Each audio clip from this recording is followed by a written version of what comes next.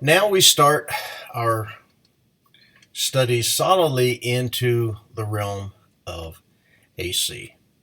And so chapter 17 looks at AC fundamentals, and we're going to start to dig into what the math is associated with dealing with AC circuits and AC signals versus DC. Everything we've done to this point has mostly been DC, other than the introduction to complex numbers and the right triangle. So we're going to look at something called the sine wave, because we model the AC signal and the AC voltage and current on a sine wave. We're going to look at generating the angles, the sine waves, and understanding frequency and time. And then we're going to dive in a little deeper and look at something called angular velocity associated with frequency and time. How we can pick up instantaneous values of voltage and current off of a sine wave, something called the RMS or root mean square values for doing some effective and average values for AC signals, and then looking at lead and lag. So all of our chapter objectives will be around doing those kinds of things, identifying, calculating, and conversions. So when alternating values of current and voltage are generated, the value of current or voltage changes sinusoidally. So we're using the term sine to characterize what's going on as a voltage and current changes its amplitude and frequency with time. The variation has the characteristics of a sine wave, and we can determine the value of the current or voltage by using the sine function. So we're back to that trigonometric function, and we're going to use that to determine how at a specific angle what our amplitude is going to be. So to develop an understanding of AC concepts, we need to discuss some basic mathematical and physical ideas. The point where a line cross on a Cartesian coordinate system, as we can see below, is called the origin. Okay, and we've already introduced that. So right there where the two lines cross is our origin. And the line extending from the origin, then, in this case, we've laid a vector down on top of the x-axis. Now, if we take that red vector and start spinning it counterclockwise around the origin, then we have something we call the phasor, and you've been introduced to that already. So a phasor is an electronic term that we use for determining a vector that is spinning around the axis. Okay, so as it goes through each of the quadrants and makes its way through 0, 90, 180, 270, 360, back to 0 is going to be our understanding. So if we take an example here, we're going to take that vector A and we're going to rotate it through 30 degrees up to the point where we have B now. So a phasor rotated through 30 degrees forms an angle.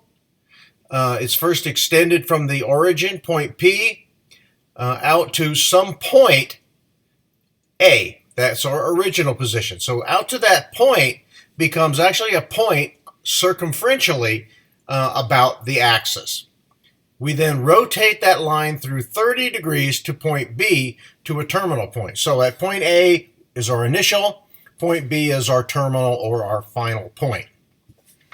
So when the length of an arc, and the arc would be out here on the edge, forming part of it would be an arc length or part of the circumference, it equals the length of the radius. The angle is equal to 1 radian.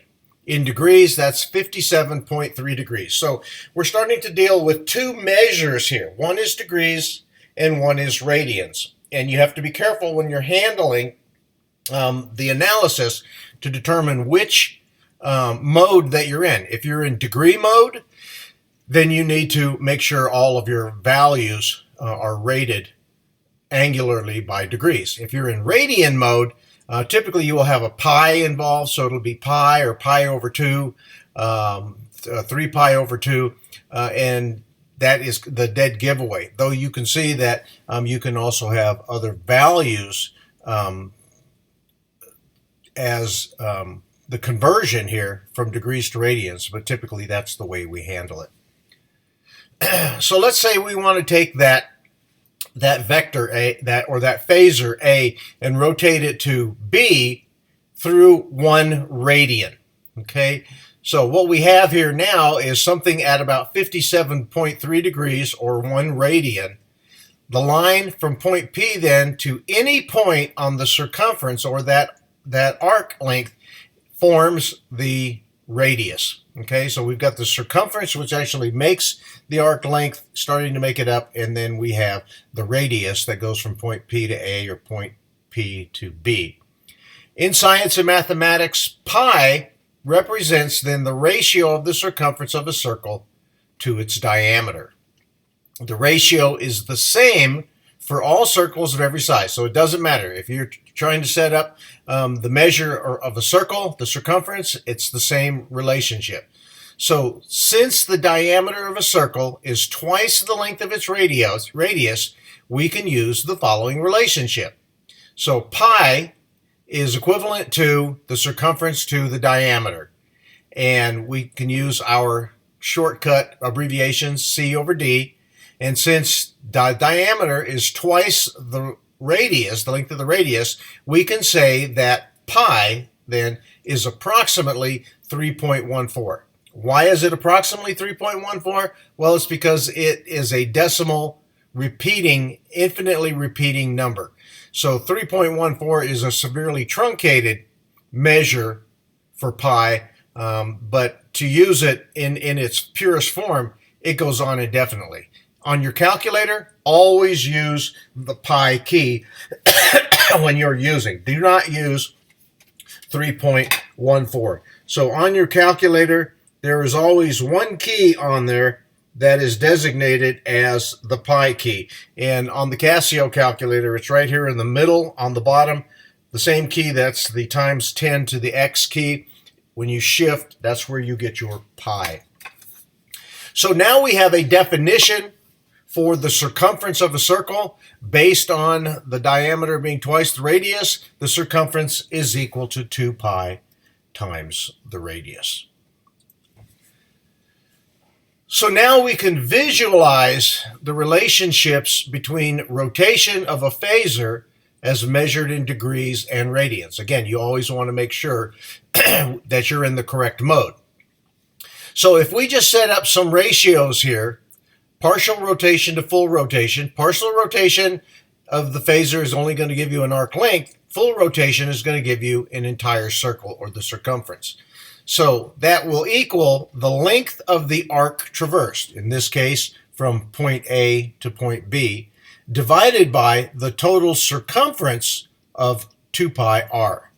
That will give me an angle in radians divided by 2 pi, because 2 pi means that's our periodicity, every 2 pi, every 360 degrees, which is our next step, the angle in degrees by 360. So now we've really started to form here what our conversion factors are for going between radians and degrees. So if we want to look at an example, an angular measure for a quarter turn, so that's going to go from the x-axis to the y-axis, 90 degrees. So a quarter rotation is equal to the arc length of 1/4 of the circumference of a circle, which is also pi over 2 radians. 90 degrees is pi over 2, and it gives us a value of 90 degrees. The thing to remember with angles, whether it's radians or degrees, they are pretty much classified as dimensionless. We just give them the degree and the radians tag on there so that we know which what world we're talking about here when we're talking about angles. Angles are dimensionless because they are defined as ratios. Anything that's a ratio, the units will cancel out. If it's If it's ohms over ohms, the ohms cancel out. If it's amps over amps, the amps cancel out. Well, in this case, if it's radians over radians, the radians cancel out. We must specify, though, whether the angle's magnitude represents a radian or a degree measure, because you will get the numeric value wrong if you have the wrong measure identified. So now we can visualize relationships between rotation of a phasor as measured in degrees and radians. So we've developed the relationship here that says if I want to convert from degrees to radians, the angle in radians then is equal to pi radians divided by 180. So it's the ratio here of radians to degrees, and I multiply it times the number of degrees. So you can see about the circle, we've got both units or both measures here. Degrees, radians. 360 or 0 is 2 pi. As we go counterclockwise, then 90 is pi over 2 radians. 180 is pi radians. 270 or minus 90 is 3 pi over 2 radians. So those are the values that we deal with. So in an example here, converting an angle of 85 degrees to radians, we want to choose the relationship that has radians in the numerator, okay? So if we set this up, pi radians, that's what we're solving for, divided by 180, multiplied by 85, notice that the degrees are going to cancel out, and I'm left with 1.48 radians, okay? In this case, you can see it's a whole number, and it does not have the pi relationship in there, but you can get back to that if you needed to. In generating angles then and using the calculator, typically on the calculator that's recommended, the Casio, it's a two-step process to get in the correct mode. Hit the Shift key and then hit the DRG key. And in doing so, the display will look something like this. It'll tell you pressing 1 puts you in degree, pressing 2 puts you in radian, pushing 3 puts you in grad mode. Okay? So you have to learn on your calculator how you set up your calculator so that you are in the correct mode. Now, if we want to convert an angle from radians to degrees, in this case 3.42, notice we flip the relationship. Now we have degrees in the numerator, radians in the denominator. So 180 degrees, degrees will be left over. Radians are going to cancel out. Pi divided into 3.42 times 180 is going to give me an angle of 196 degrees. Okay, that 196 is from the origin all the way around to this point here. If you go counterclockwise or clockwise, you're going to get a different value, but it will be a negative angle. Okay, so I think we'll stop there, and when we come back, we will do generating sine waves.